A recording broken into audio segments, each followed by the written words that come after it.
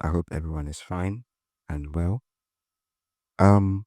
So in our previous video, I spoke about structure. It was an introduction, a simple introduction into structure, and I said I was going to do a deep dive into the charts, and that's what I'm going to be doing in this video. So it's just showcasing you the structure.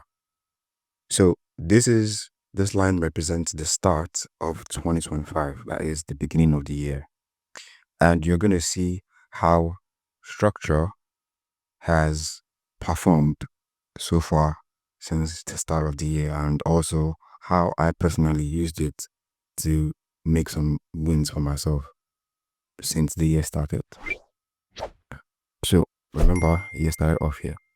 Now let's look at the charts before the year started, before the year opened up, right? So it was here, 1st of January, which was on a Wednesday.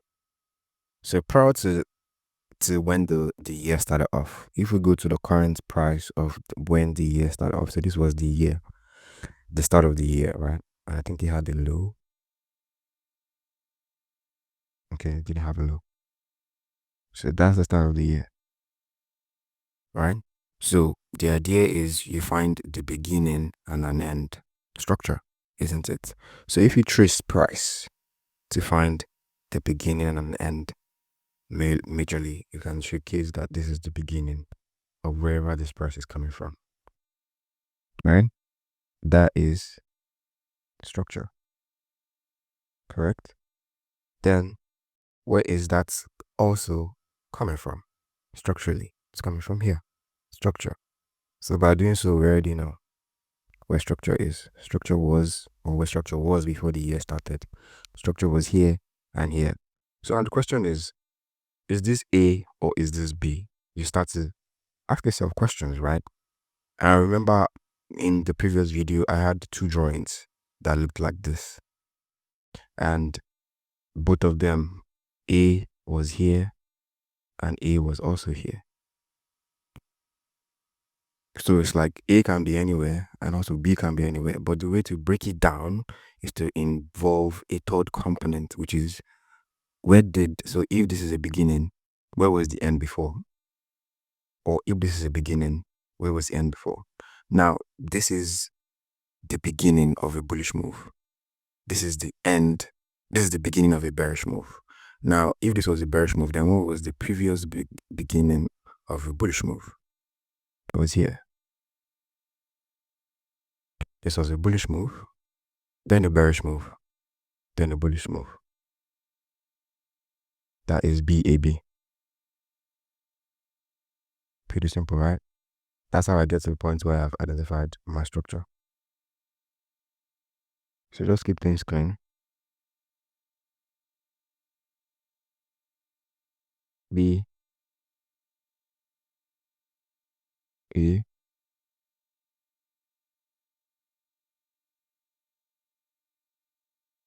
sorry, what was that? B, A, and then B clone.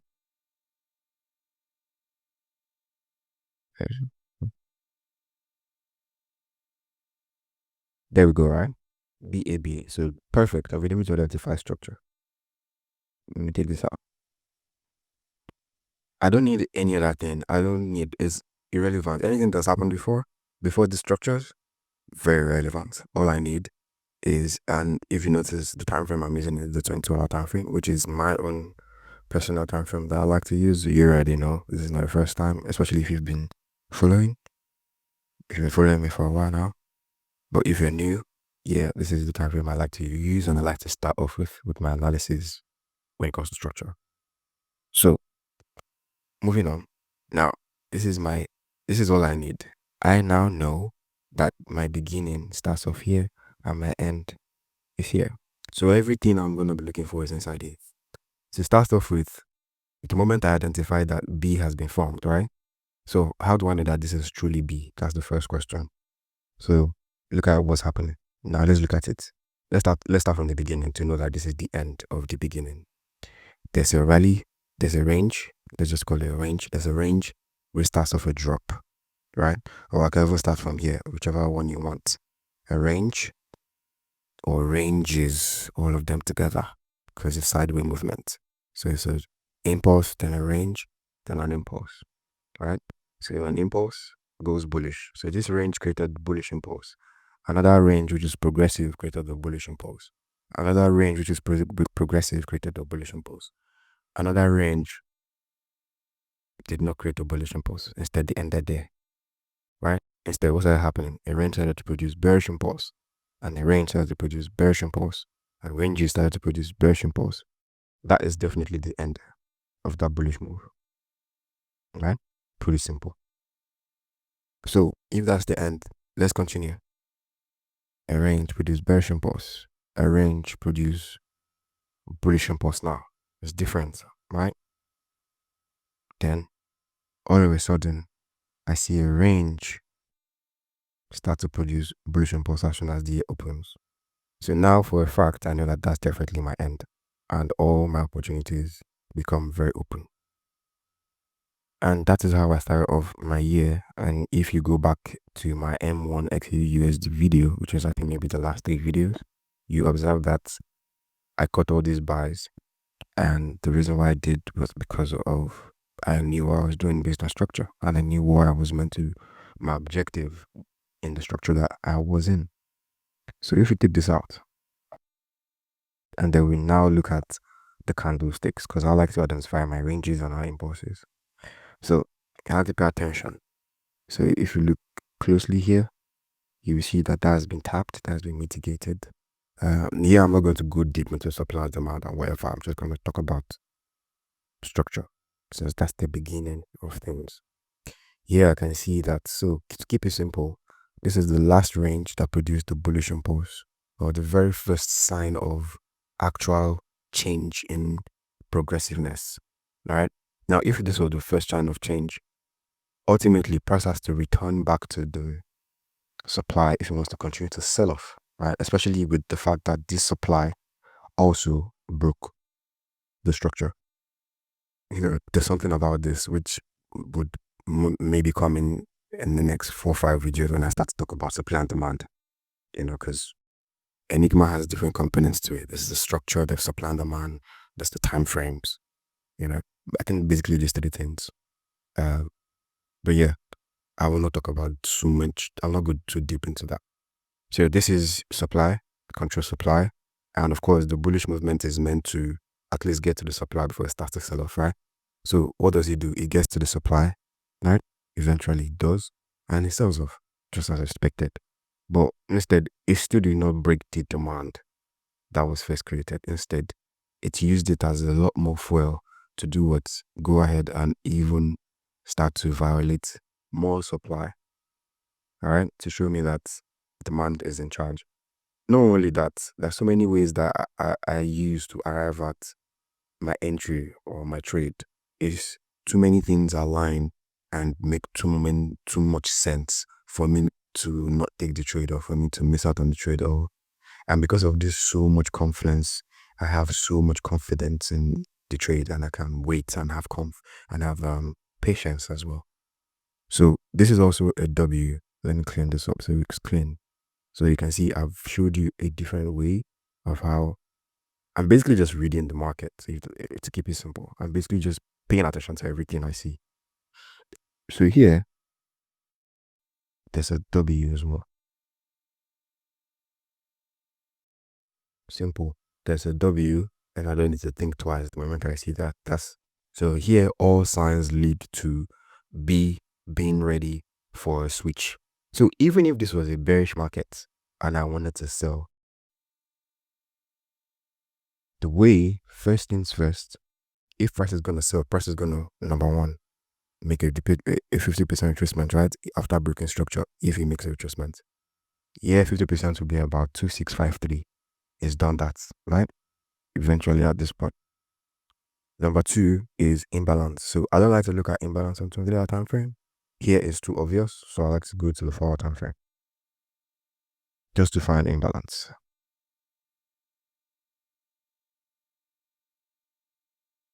From the beginning to the end. So obviously from A, you can see there's an imbalance all the way up here in the market.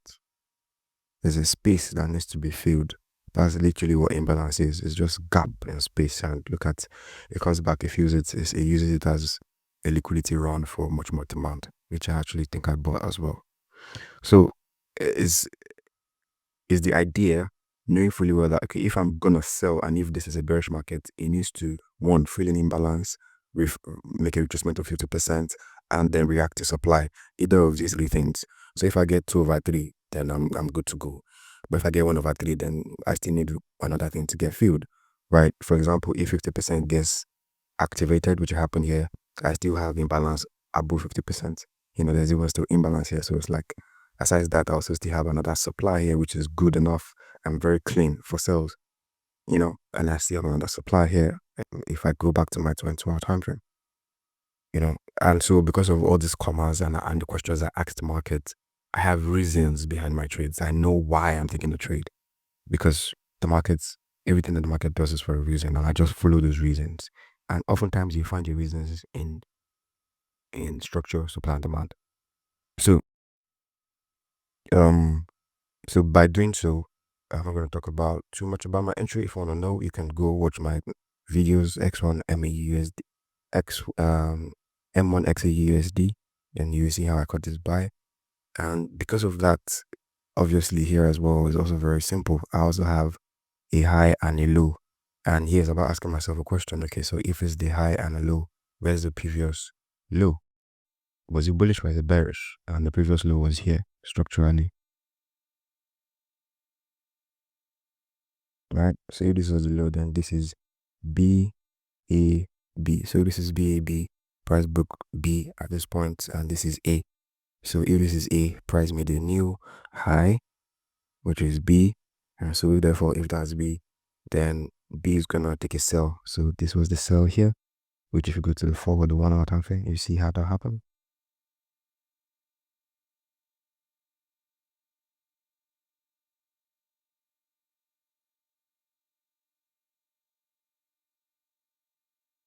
So here we are on the 4 hour time frame.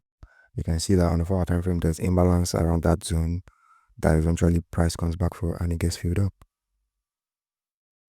Imbalance, aka space. Look at that. Imbalance fill. And so I remember what I said in the previous video, I can use that as a sell-off before I buy. So the beauty about the BAB is, even if it's a bearish market and it's not gonna sell, you can still buy. Or even if it's a bullish market and it's not ready for buy, you can still sell.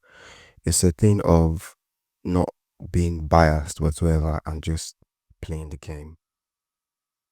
So in here, in the 1 hour, I also have another Confluence, because I love Confluences a lot. It just gives me more reasons. I have supply, which is control supply. There's a drop, base drop. And I have anchors, which is reaction and evidence of supply. It came back there to sweep the liquidity, which is what control and anchor is with supply and demand. Again, this is not about supply and demand. I'll talk about that in my upcoming videos, hopefully. I think so anyway. And then it sweeps liquidity and breaks structure. So the third thing is it's meant to come and respect liquidity. That's the rule of control supply, control demand. And then it's meant to continue bearish, but it didn't. So yeah, look at, that's not even my business. This one would be my business, right? The liquidity grab in the control supply, which is going to be the next anchor. And I get that sell-off, basically. So I get that sell-off, I hedge my buy, which is actually why I bought anyway. And if you guys remember, I also bought here as well. So imagine buying here, I could have hedged here, but I don't, maybe I missed out on something, or I was on seat or something. I could have hedged here. The timing as well was New York session, so it was perfect for a hedge as well. I could have hedged here. So I bought here, hedged there, and hedge again. So it's buy here, hedge here, hedge the hedge.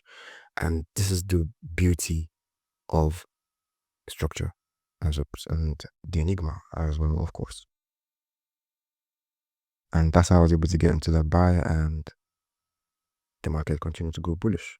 And not only that, everything has a reason, and the market creates some sort of footprints in the charts. Where were we?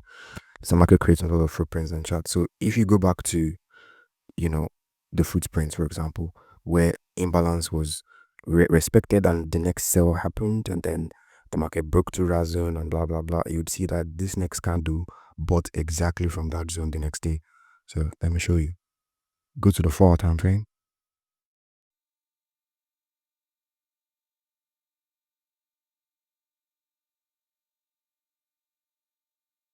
Let's go back to where we were looking at just before now. And when liquidity was swept, we expected liquidity grab, which is the rule of control supply. Again, I'm not teaching that here, but it's part of it based on the enigma. And I think I'm going to go into the 1-hour time frame. The 4-hour was not clear enough.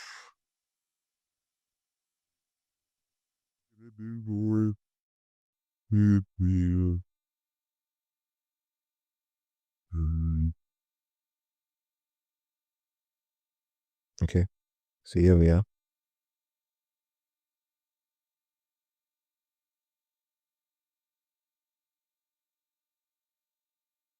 And that's also where how I got stuck and I kept on buying, because so I already know my main objective for my buy, right? Which is I should keep on buying. If I get a buy, I should keep on buying to fill up the imbalance all the way up here. So I get a buy, it's a long-term buy. I can have one long-term buy, and then I can have intraday trades and stacks as I continue to go while I have my swing trade. So from there, all right, from here, what do we see? This is the liquidity grab according to the rule of control supply and anchor. This is the reaction, and the reaction came back to this range, which is the next range, just beside it. All right, it's a range, and they all come in, and then they use it to go up. Now they come back down, and you can see other flow continue. Okay, not only that, and that's where the next daily candle. But now, not only that, structurally now, this is a higher low, right? Now this higher low has gone up to buy. So what's happened? What's gonna happen next?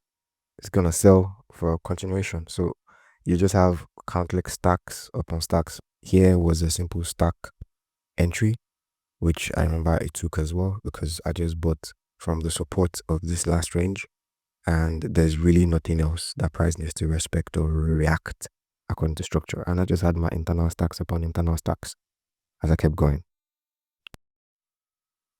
So that is how you can use the A to B. I don't want to stray too far away from the objective of structure, which is what this is mainly about. It's all about structure. Let's do another example, and then I can call it, and we can wrap up the video just to keep it simple. I'll do let's do an example of something that happened recently, which is a trade I took this week. All right, so let's go into a perspective of this week, for example. And I think in this case, I'm probably gonna use the replay mode as well to make it more interesting, right? So the week started off when this was Monday. So yeah, the week started off here. So structurally, this is how I approached my week. Already, I can tell just by looking at the market, right, that this was a beginning and an end, or an end and a beginning, wherever way. But then I can see a break. So obviously, this is a B, this is an A, and then the next question is there a B? There's no B yet. Do you know why there's no B yet? There's no B yet because in as much as we have ranges pushing impulses, ranges pushing impulses, ranges pushing impulses progressively, this range is pushing a bearish impulse that hasn't really closed below the next bearish impulse, which is I can't see that supply is breaking demand. This is demand, this is demand, this is demand, or you can say this is accumulation, reaccumulation upon reaccumulation. So it's a question of, is this reaccumulation or is this going to be distribution and then redistribution to break accumulation or reaccumulation to say, okay, the market is now bearish and I can say, okay, B has been formed. But I don't have that yet. So I can't say B has been formed just yet. Let's also find out if B has been formed in the 4-hour time frame. So let's say, for example, right? What if,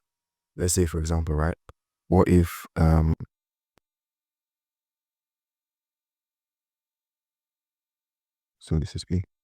So let's say, for example, what if this drop hasn't fully, what if it's going to continue to drop? And how can I possibly catch something, before it happens? What if it's actually a B, but it had just not happened yet, so I don't know if it's a B or not. The way to do that is I can go into a lower time frame and still ask, and I'll find my answer to my question just by paying attention to structure. So I'll go to the 4-hour time frame at the high, and here we are on the 4-hour time frame. So here we are, 4-hour time frame. If it's not clean enough, you go into a different time frame, right? That's how it is. That's how it works. So in this case, I'll use the 1-hour time frame just for clarity purpose to see structure very well, which is actually what I did anyway. So remember that the lowest point from the 20-hour time frame, so we know where we're starting off with our structure. The lowest point of structure when price pushed up was here for demand. So let's go back to the 1-hour time frame. So this is the impulse, and that's why it's the lowest point of structure. So from the impulse, we have a low, we make a high, right? That the high makes a low. We did not break the impulse. What did we do? We respected demand, then we break the high. So obviously, this is a B, and this is an A. I've just found a beginning and an end. And trust me, by doing so, I have made my job so much more easier. So what's next? So what's next? Okay, follow it. Now, follow the price action. Let's even go deeper into the lower time frames just so we can see the structure cleaner, right? So here we are on the 30-minute time frame. So when price broke structure, right here, when price broke structure, what happened? We have like some sort of, this is the lowest point of range before the structure broke, right? And we can see that every buy happened around that range. All buys happened around that range and continued. So I did not see a break. There is no supply breaks demand, to showcase that B has been formed. So I can't say this is B because that's not B. Neither can I say this is A because this is not A. So they are just continuations. So A is just moving continuously. This is not a retracement. So A or B, nothing. It's just continuations, right? And then continuations upon continuations upon continuations. And that's why you can keep playing around. Then it makes it high, right? And it kind of already gives us the idea that it will start off to sell when it starts to violate structure in this case, but it hasn't. It's not been confirmed yet. You can, in this case, you could be a little bit mistaken if you say, oh, this is B, just a little bit, just because the market came and still took it the high. So if you were looking for potential sales anywhere from here, you could say that you were manipulated or whatever, right? But again, it's all about, if you go back to the 20-hour time frame, it's all about the range at the top. So the range is, I'm just going to specifically stick on the range and you see what it looks like on the 30-minute time frame so that you can know when it truly is time. So let's find that range. Where is it? There's right here. And that was at the end of the day. Yeah, perfect. So the range started off at the end of the day. So this is Tokyo session and this is Tokyo's low. This is Tokyo's low and then this is Tokyo's high. So you wake up early in the morning, which is GMT +1 my time, and London session starts off here. So you don't even have, there was no way I could even get into any trade here anyway. So there's no need to worry about it because the time was off. When it comes to trading too as well, you have to respect timing. There's timing. Again, like I said, there are 3 concepts to the enigma: supply and demand, structure, and timing. And you have me using the 20-hour time frames. There's a reason why, and there's a reason why I respect timing when it comes to trading London session, New York session, is because time tells a story. So going back to this whole thing, just to keep cut the whole long story short, price has now made B. And I am certain that a B has now been formed because that's all I'll be looking for. I'll just be looking for a B. Because eventually I want to buy, right? I want to keep on buying since the structure is bullish. And so it's like, okay, where am I going to buy from? The first thing I like to look out for from the beginning of my structure is imbalance, because sometimes you can't see imbalance on 30 minutes, 15 minutes. I like the 5-minute time frame a lot. The 5-minute time frame is one of my favorite time frames, especially when it comes to dealing with the lower time frame. I like to do the 5 minutes and look for imbalance. So here on the 5 minutes, I've been able to identify my imbalance. It's very simple. And right here,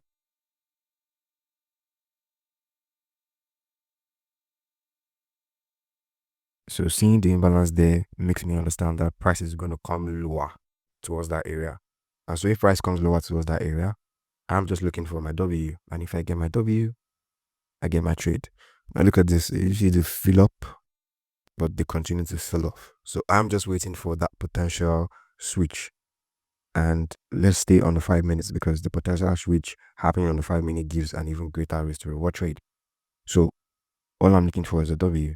This is my low, this is my high, and this is the current low. So this is B, A, B, right? Now, according to BAB, imbalance is all the way up here. So an imbalance is here, right? So price has to go back, fill imbalance and continue to sell off, or go back, fill supply and continue to sell off, or make 50% retracement and continue to sell off. In this case, I think it did 50% retracement and continue to sell off, right? So it's selling off. But all of a sudden, the sell off doesn't happen to break structure. Instead, the sell off happens to break the previous structure, which is this high. So already that's a W formed. So if that's a W, then I have a new BAB. Where's the new BAB? This will be B, this is the new A, and this is the new B. So if this is my A to B, and this is B making a retracement, it's making a retracement to demand 50% or imbalance. Now, if I start from the low, I can see that this was the last imbalance, right? That was the last imbalance. And imbalance was already filled. So if imbalance is filled, then order flow is next. So the order flow of the imbalance will be my next potential trade. Again, all of these things are intricacies in how I identify supply and demand, which we'll talk about in another call. I can even go deeper into that zone in the 1 minute, and I can give you 100 reasons more why I would enter into that trade. We're not necessarily 100 reasons, but another reason why. So in the 1 minute, you're going to see a W. That's it. A W has been formed. That's a break of structure. Then the retracement is supposed to happen, right? And the retracement did happen. So that's the structure. So in this place, I have A, B, A, and continuation. After B was broken, and we didn't have any retracement. So obviously, what's next is there's an imbalance in there, and that's my entry. So that way, I will have a greater risk to reward trade. So the risk reward in this case become, and the timing of the trade was around 7:30 p.m. So it's a limit current trade. I put my stop loss at the lowest point of the rally just to not be too perfect, and it's still a 12 pips stop loss. To the highest point of structure, you would have a 1 to 12 risk to reward trade, and that's how to get quality trades by using structure the right way. And this is how I do it. And let's go back to the 1 hour. So because I understand that, the market needs to keep on buying because we don't have a B yet, then ultimately this trade, the target is for this B, because look at what the 1 hour says. It says BAB. And if you remember, going into different time frames, I had countless and multiple BABs, but none of them were confusing to me. I used the ones based on where I am, not based on anything else.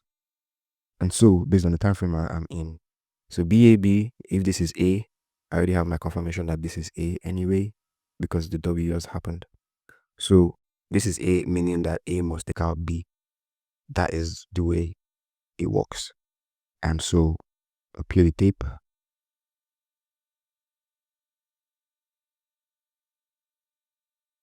And there you go. It takes out B eventually.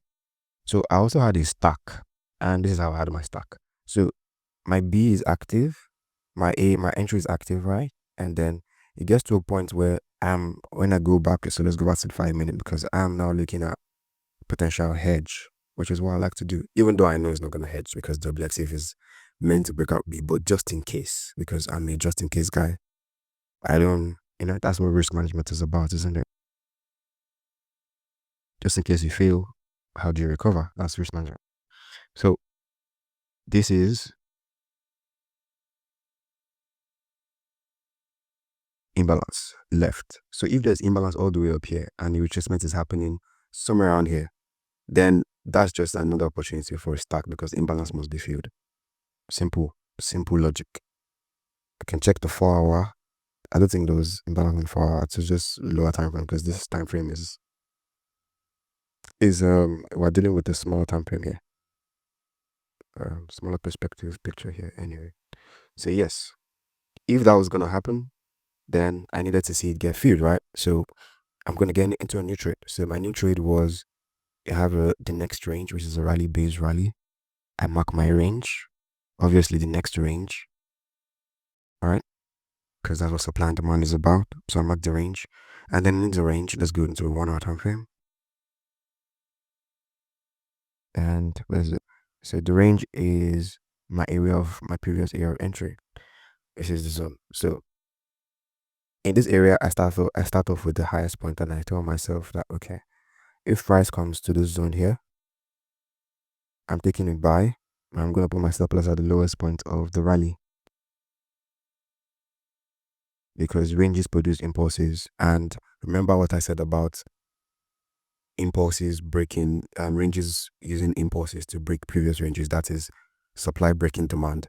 If this is a rally based rally, that is, if this is a bullish range, or let's say if this is an accumulation of demand to produce a bullish impulse, then the demand, if it wants to continue, or if it's meant to continue, it must be respected. It should never be broken. And if it is going to be broken, because anything can happen, right? Then a new demand will be created, which means a new range will be formed, and there will be a W, and it will just be a liquidity grab with a new range, and I will still buy the trade, or I will still stack the trade. So there's those two opportunities, those two criteria for me, basically. And the risk to reward was also clean as well. It wasn't volatile at all. It was about 24, 30 pips. Yeah. So with another 30 pips, targeting the highest point here, I could get another 1 to 12, because that was about 360 pips. So you have two trades targeting the 1 to 12. And I think I also took another stack, if I remember. Let me see. Did I?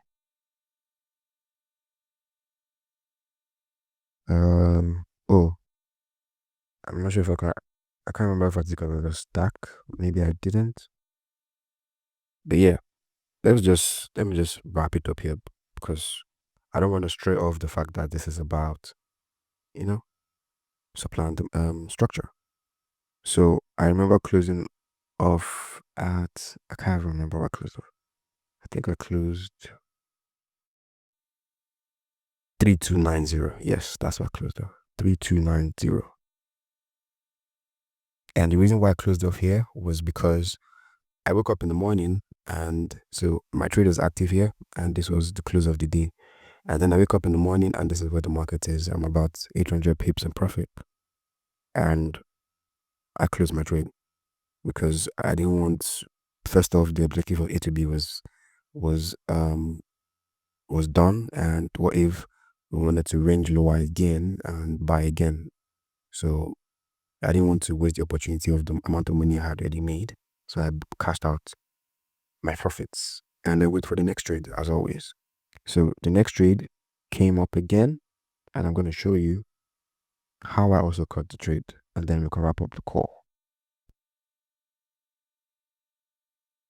So the thing is, the idea now is, this is A, right? And B has been broken. So obviously, I'm paying attention and looking for potential signs of, sells in the market. Let's remain in the 1 hour for a second. potential signs in the market, potential sales. That is, if a big sale happens, then that's a sign that B has occurred.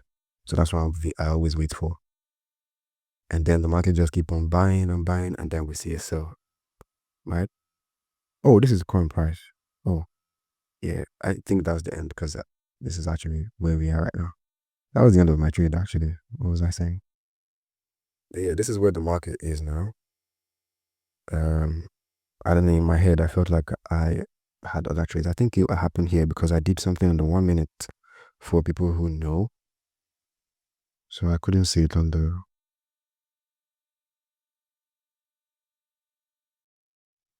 What was it? And it was all about just using structure. And then, of course, my entries were supply and demand. But the main things were applying structure. Where was the trade? Oh, I think it happened. Yeah, I was here. Here we go. So this is probably for those who trade the 1 minute time frame a lot and who like to use the 1 minute time frame, right? So I had taken out my profits here, as you can see, 3290, taking out my profit here. And it was 6:38 a.m. in the morning. I just cashed out my profit because I was not even expecting to be 800 pips as soon as I wake up in the morning, right? So I'm looking and I'm like, okay, the market goes up progressively. Is London open at this moment? And London open progressively makes a high. And all of a sudden I see this downfall and I'm like, oh, very interesting. Why did the market make a downfall? But one thing I pay attention to is if the market is making a downfall, then that is the end, right? I did not know that. Check. Now, if that's the end, scalpers are going to enjoy this. If that's the end, then there's an M there, right? You can see the M right there. Okay, we'll leave it at that. Now, I'm also waiting for this sell to also end. And it did. And you can see there's a W there. And that's why it did. And that's why I can say it did. So if there's a high, then there's a low here, and we have M's and W's, then that is either an A to B or a B to A. But at this point, I didn't want to care if it was a B to O and A to B, even though I know that the previous low is, an A. So this one is obviously a B, right? And this one is an A, right? So it means that imbalance must be filled.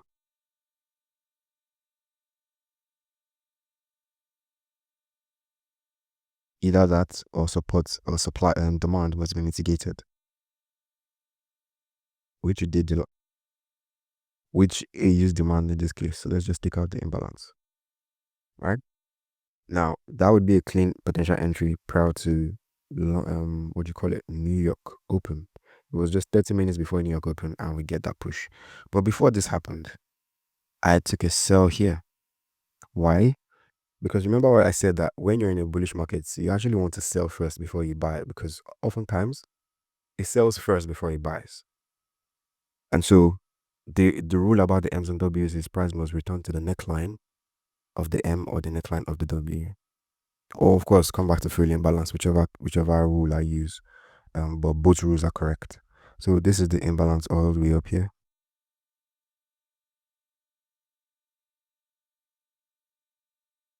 Okay. So in my head, I know that price filling the imbalance and respecting some sort of resistance at the neckline of the M, I was most likely going to get friction, which is a sell-off. And so I took my first sell with my stop loss at the closure of this range. So it was a good risk to reward trade as well. It was about let's see. So my entry was right here at the neckline with my stops at, here's about 27 pips. So I put my stops here at the closure of at the highest point of the range, the closing price of the range, because all candles have closing price and opening price. So, and then they have the high and the low price. So I always like to use my opening price and closing price of the time. So as you see, the way I draw my candles, they look almost perfect. It's just because I'm just drawing opening, close, high and low of candlesticks. That way you keep it simple. So my plan was to split risk into two. First off, take my entry from here to here, and then if this one failed, I would take the next entry from here to the closure of the imbalance, basically. So I just put my trader, put stop loss about 20 pips, just because I was cool. 20 pips is a cool stop loss, isn't it? And then my target is towards that point. I have 1 to 8 risk to reward, and I'm cool with it because I know I'm gonna stack. So I stack when I see that structure has been broken. So that gave me reasons to stack at the closing price and opening price of the next point. So I didn't actually just take an entry here or an entry here. What I did was I waited for a reaction and to see if the reaction would be successful. And when the reaction was successful, then I sold the supply prior to New York Open. And then my stack was active.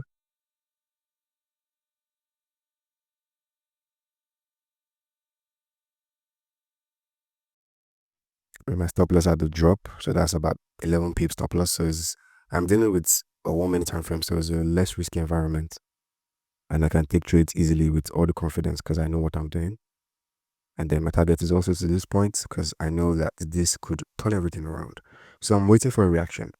And then the reaction happens. And when the reaction happens, I get my W, which is so obvious and all I was waiting for. And the moment I got my W, I knew that the next thing that will happen is price fill up the imbalance or respect the range, of course. So my trade was 50% of the imbalance. And it was just one attempt as well, because it's 50% of the imbalance. With my stop loss at the low of the drop, which is about 18 pips, stop loss, and then my target to the high of B. So this was my first sales, my entry, my stack, my hedge, and then I hedge again here, which is everything perfect until potentially what if price comes back to this range area and sells off again, because B can still change the game. Anything can always happen. I don't care about biases, bullish, bearish. I just care about the opportunity that's open and present, and I take it. So it's 11 pips stop loss, and my target was to hedge against this buy that I took, and I was in profit. So the thing that actually happened was I broke even when I was in profit, but it came back to hit me at break even. I didn't bother about it at that point anyway, just because I felt like it's coming back to hit my break even just negates the fact that this sell is anything correct or accurate, because the reaction is invalid. So that's just liquidity. And I didn't bother about it, and I closed up my trading for the day. And the market sold, came back to almost the area where I bought from, if not the exact entry, and of course I was already at this point here. I cashed out my profit. I was done, and it came back to the exact entry and hit the objective like it was meant to in the first place. The market is the market, anything can always happen, and that was the end of my week.